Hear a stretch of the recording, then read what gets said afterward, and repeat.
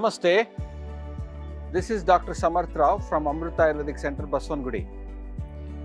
In my Ayurvedic practice, there have been some herbs that I regularly use.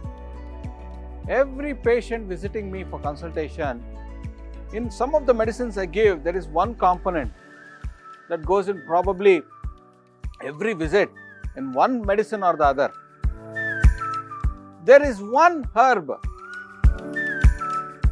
that there is no day without consuming it. I probably eat it every day. Probably you are eating every day.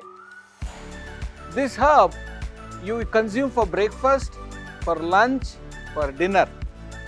You are sick, in Ayurvedic medicines you have this herb. So this is an extensively used herb.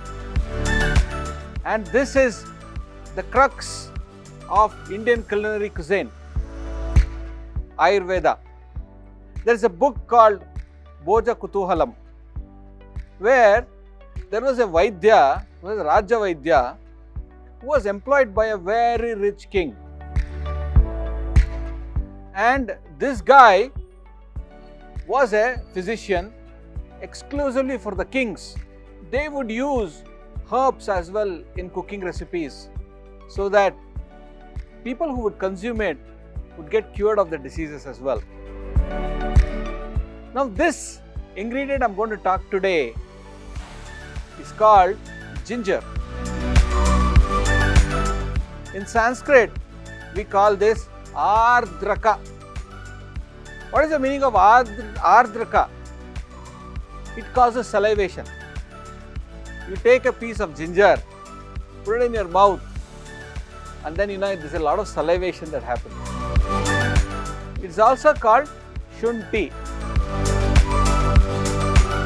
The origin of the word shunti has an origin in Karnataka. So the ginger word, the word shunti has an origin in Karnataka. We have a very famous saint called Adi Shankaracharya from where you have the Sringeri Mutt in Karnataka, in Sringeri. The word shunti comes from Sringeri. You look at the word Sringeri, Shringavira Giri. It is the mountain with a lot of shunti in it. So, or with a lot of ginger in it. So, this is called as Sringeri. So, Sringeri used to be a hill mountain with a lot of ginger grown in it. So, it's called Sringeri. So, this ginger, when you put it in your mouth, is very pungent in taste. We call this Katu Rasa. I've told you in all my previous episodes, there are 6 tastes that we have. Swada, Amla, Lavana, Katu, Tikta, Kashaya.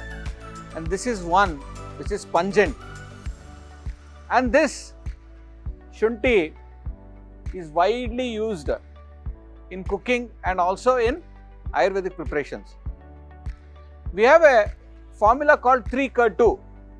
They are the 3 pungent items. One is ginger, another is pepper, and the third is long pepper. In subsequent episodes, I am going to talk about all these 3. This episode will talk about ginger. Though this ginger is very pungent to taste, when it gets digested, it's sweet. It reduces your kapha in your body. Ginger can be called the lighter, the fire lighter in your digestive system. It is an amazing digestive stimulant. It stimulates your whole GIT tract because of its nature. And this ginger has a lot of chemical composition, volatile oils and different other things that are widely researched throughout the world right now.